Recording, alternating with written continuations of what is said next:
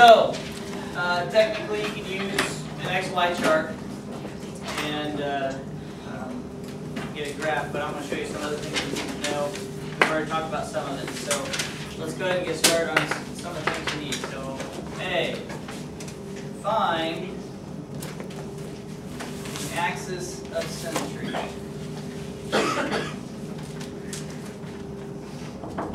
Symmetry.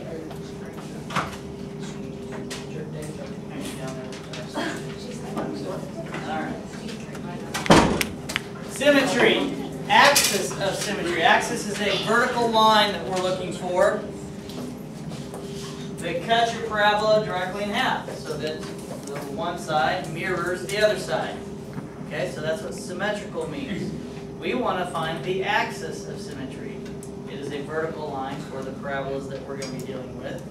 And a vertical line has a special equation. Do you remember what those vertical lines, what a vertical line equation looks like? It's The y. equation, what'd you say? Y equals No, that's a 45-degree angle line, yeah. Y equals something. No.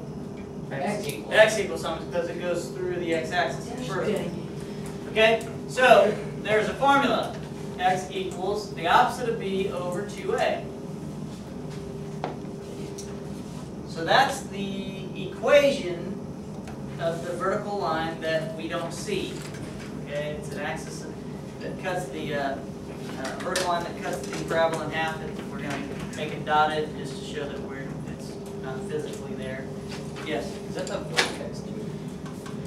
The vertex has to be on the axis of symmetry, so it will be symmetrical.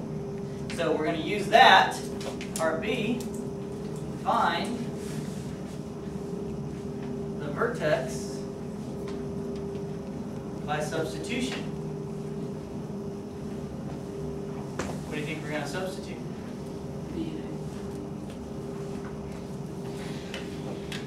Well, if the vertex is on the axis of symmetry, we know where the axis of symmetry crosses the x-axis, right? At this value, x equals, this is going to be a number. Well, that's the x value of your vertex. You'll see here in a second. C, find the y-intercept, which is, what did we learn yesterday? Where's it across the y-axis?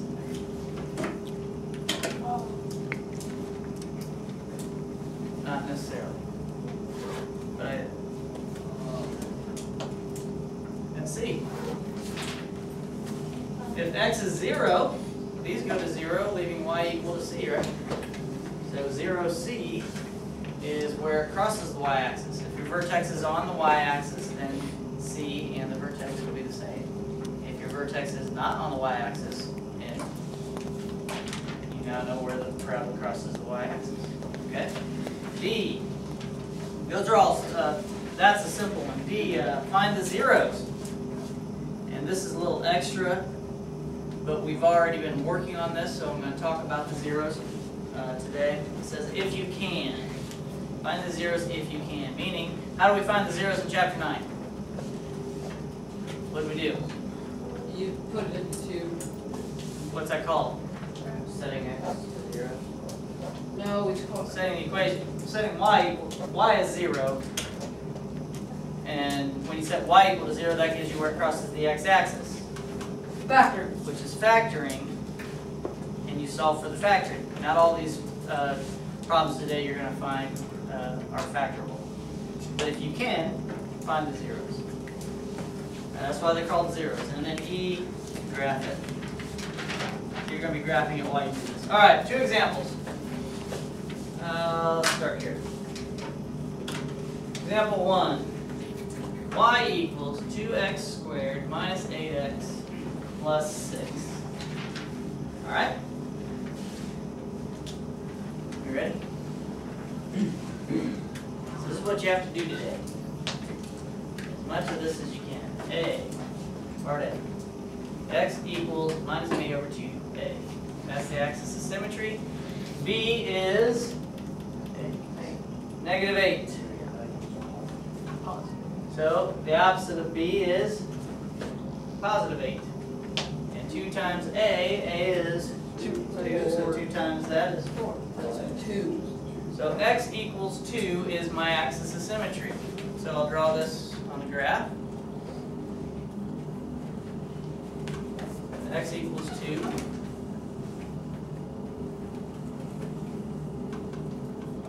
Okay, that's my axis of symmetry. I know the vertex is going to be on that. It is no longer on the y-axis for this problem. So, part B. Substitute x equals 2 into the equation to find the vertex. So y equals 2 times 2 squared minus 8 times 2 plus 6. Everybody figure that out. So what is y when x is 2? Basically, this is your xy chart. At this point, you're plugging that value in for x. Do we actually graph it? Should we use that? Oh, you're graphing it. I want you guys to be awesome when you get down to 2. Yes. So y equals, that's 4 times 2 is 8, minus 16 plus 6. 8 minus 16 is negative 8. Negative 8 plus 6 is negative 2. So my vertex is at 2, negative 2.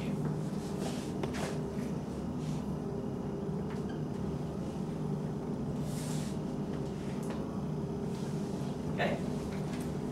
Hey, does it open up or down? Down. Does it open at all? It's just straight. Well, Yeah. It opens up. Why? because C is positive. No, because A is positive. It's going to open up. Well, if it's going to go open up, it's going to cross the y-axis somewhere, right? C, find the y-intercept. Where's it cross the y-axis? What's C? 6. 6. 0, 6 is my y-intercept. Well, 1, how 2, do 3, you 4, get 5, 6. 0? Well, Because it what's has the to- value? What's the x value of that point? Oh. How do you find the y-intercept? Well, that means anywhere on this line, wherever the line crosses, my x value is 0, right? Yes? So substitute 0 in for x to find out what y is. That goes to 0. That goes to 0. What's left? Y equals 6 when x is 0. Yes? Does that mean that if you go 2 over the other way, it'll Yes. be the same? Yeah, it has to be symmetrical. So if I go 2 over to 4, it'll be at 6 here. That's what I'm doing. Now the question is, where does it cross the x-axis? X equals 0. So D, now when x equals 0. Y equals When 0. y equals 0, you're finding your zeros. Can you factor this? You said yes.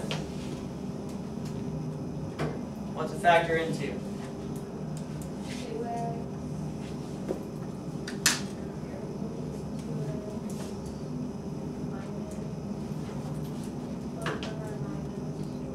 Both of them are minus? Yep. Everybody understand why they both have to be minus? Anybody not understand that? Raise your hand if you don't understand it so I can quickly explain. Okay, cool. 2x minus 2 is then x minus 3. Okay, so my zeros would be x equals, add 2, divide by 2 is 1. And that's positive 3. So 1 crosses the x-axis at 1 and at 3. Look at that. Whoa. One shot. Awesome. Yep. How did you get 6 on the 4, like coordinate 4, 6? Well, this has to be symmetrical. This cuts the parabola in half. So at 1, 2 units away from the axis of symmetry, it's at positive 6. So it has to be positive 6, 2 units away on the right. Just like this is 1 unit away and that's 1 unit away. It has to be symmetrical if you did the problem right. Okay? Yeah? Where'd you get the 2, 6? You mean this one right here? This Yeah. one? This is 4, 6. Yeah, where'd you We guessed. That's what happened. This right here is the your y-intercept, right? It is 2 units away from the x-axis of symmetry. For this to be symmetrical, meaning you can fold it over on top of itself, this has to be 2 units away. So we knew if we did the problem right, that would be where it's at. If we did the problem wrong, then we're putting symmetrical points down that don't exist. Yeah. So we have to compare these to a graph then? If it asks you to. Or Alright, so from chapter 9, doing the zero product rule, we factored this trinomial into 2 binomials. Zero product rule states that either this equals 0 or this equals 0. So I set 2x minus 2 equal to 0 and I solve it. I add 2 and then I divide by 2. 2 over 2 is 1. Same thing with this, and x minus 3 equals 0. I add 3, x equals 3. When y is 0. Alright, so I've actually been teaching you a few things ahead of schedule here, just to make this a little smoother. Alright, you're catching on quickly. Alright, that's example 1. Pretty simple, huh? Yeah. No. Example 2, this is the last one. Y equals negative 1/4 x squared minus x plus 1. Oh no, there's a fraction. Yeah, that's what I say when I'm doing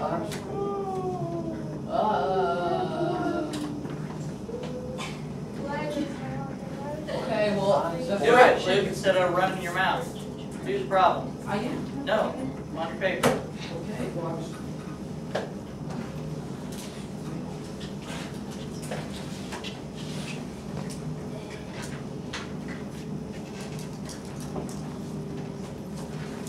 Just like we did the first example. I'll just give you a heads up. D, it does not factor.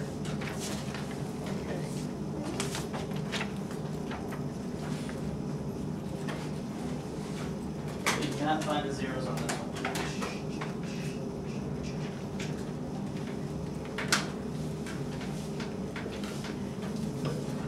Which the chapter is about finding the zeros for things that are not factorable.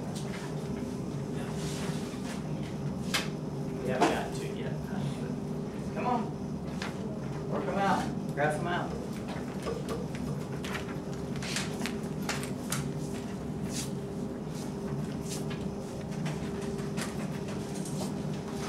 After being pokey. How what? Are The they? b value's x. What's that? So the b value's Negative 1.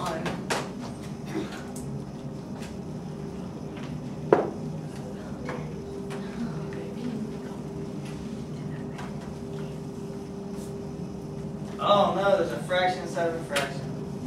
Now I know why you're all stumped. oh, got it. It's actually equals 2. Negative 2. What are you doing? No, it's not negative 2, it's 2. What? No? It equals Wait. negative 2. Negative. Top times the reciprocal of the bottom. Negative. Negative 2, thank you. X equals negative 2 on your graph. Well, what I did was I don't care.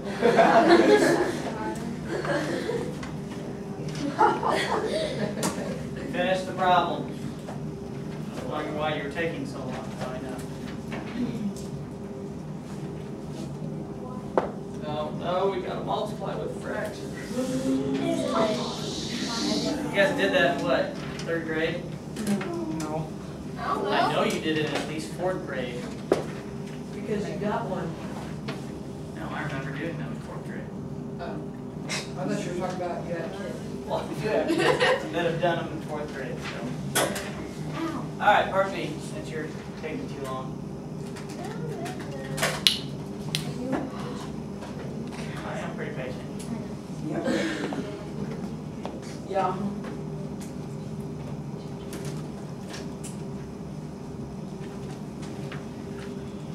Alright.